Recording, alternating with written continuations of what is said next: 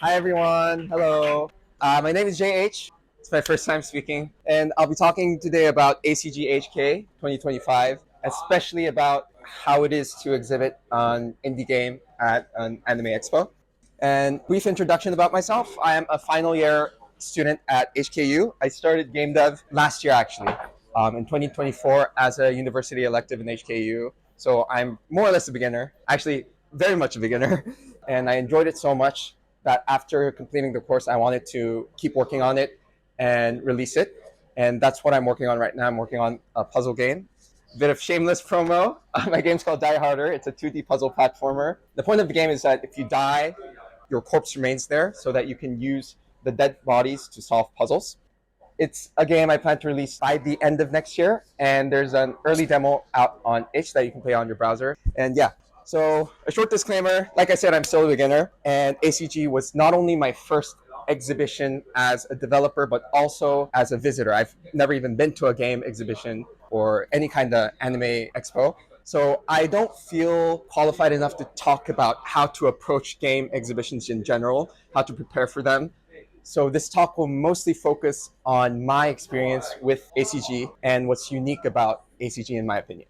So first, about ACG. Does anyone know about ACGHK? Oh, a lot of people, yeah. Yeah. Not surprising. For those of you that don't know what ACG is, it's ACGHK stands for Anime Comics and Games in Hong Kong.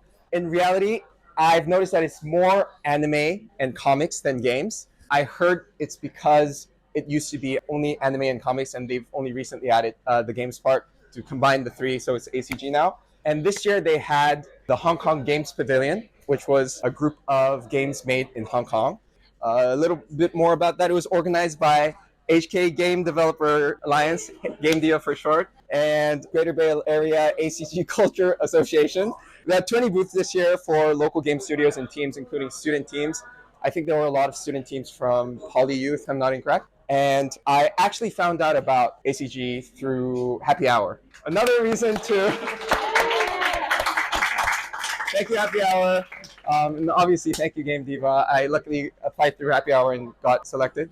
So yeah, this is how the booth looked. It was like a 2x2 booth, and I had some QR codes, one for my browser demo and one for my wish list. I had a monitor, I had a console, and I also had a mobile browser demo that I made just for ACG, which I'm going to talk a bit more about later. I also printed around 200 flyers to give out, and it was not enough. I ended up having to print much more.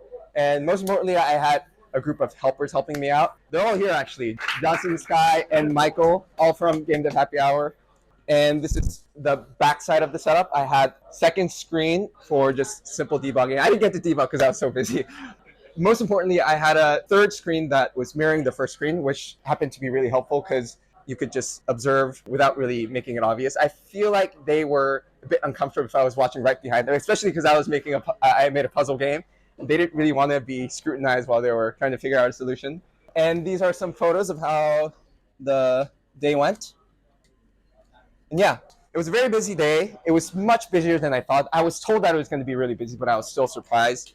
Traffic was really high, and it was also very dictated by certain events. Because most people that come to our booths are actually exiting another event. We had a main stage right next to our booths, and a lot of the traffic came from people exiting those events and performances.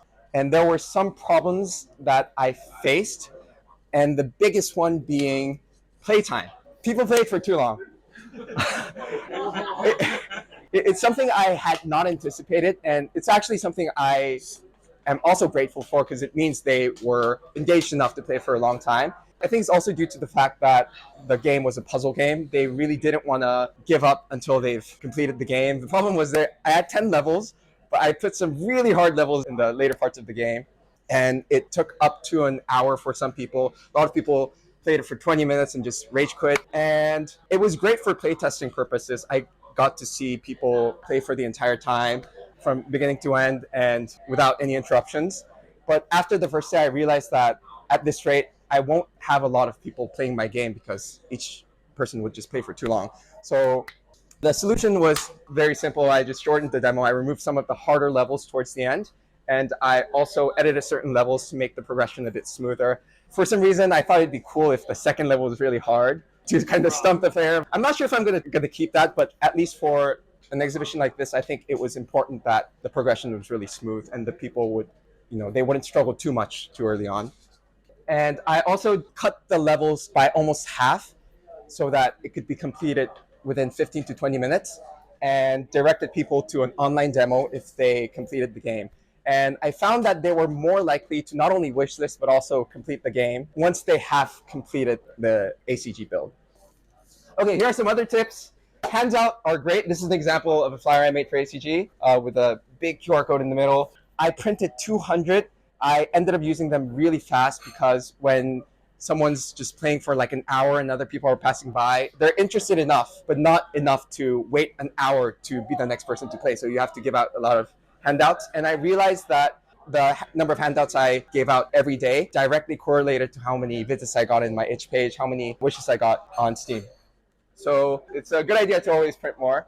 Also, this is something unique I did, but I had a game that I'm probably going to port to mobile in the future. So I just made a browser demo for ACG, and it turned out to be really helpful because when people were interested but the console was already occupied, I could just ask them to scan the QR code and play it on their mobile devices. At one point, we had like 4 different teams playing, 1 on the console and 3 different teams playing on their mobile devices. And I think that was something kind of unique that I did that ended up paying off.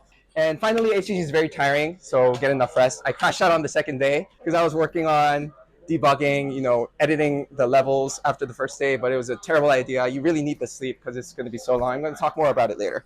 And the most important part that I want to talk about is how ACG differs from other game-centered exhibitions. Number 1 is time. ACG is long. ACG is 5 days long, and it's around 12 hours a day. I think it starts at 9, ends at 9, if I'm not incorrect. For those of you that have been to other game exhibitions, you would probably know that they are much shorter in both date and time. Usually it spans from something around 1 to 3 days, and the hours usually end before dinner. Johnson told me beforehand that it's going to be a marathon. I didn't really understand what he meant, but it definitely is a marathon. You have to really prepare, not just mentally, but also physically. And obviously, helpers are very important. I'm really lucky I had 3 helpers helping me and Sunny out, but without them, it would have been much harder. The second difference is audience, and in my opinion, it's the biggest difference between ACG and other game exhibitions. ACG is essentially not game-centered game exhibition. So the visitors that come are more or less anime and comic fans and not necessarily game fans. And this means there's a wider demographic in age, gender, and gaming experience. I even had a player who was in a stroller, like an actual baby. And also a lot of parents and grandparents that accompany their kids. They usually end up playing because my game was a bit hard for kids to solve, I guess. But also in terms of gender ratio, if I recall correctly, game exhibitions are more or less male-dominated usually. And I think I read that it's around the 25-75 ratio on average. But ACG was really balanced, very mixed. And of course, in gaming experience, you get anything from completely new to games. Some of my players didn't even know how to navigate and like use a console, and some of them were experienced gamers. I think that's a key difference because other game expos, you tend to get a lot of experienced gamers. The demographic is much smaller. It's usually 20s to 30s male gamers. And for me personally, it was a great playtesting experience because I plan to release a game that targets more or less a broad audience. So if you're making a casual game, I think it would serve as a great general playtesting round where you can have a more unbiased playtesting audience. This one is a bit of an extension on the previous point.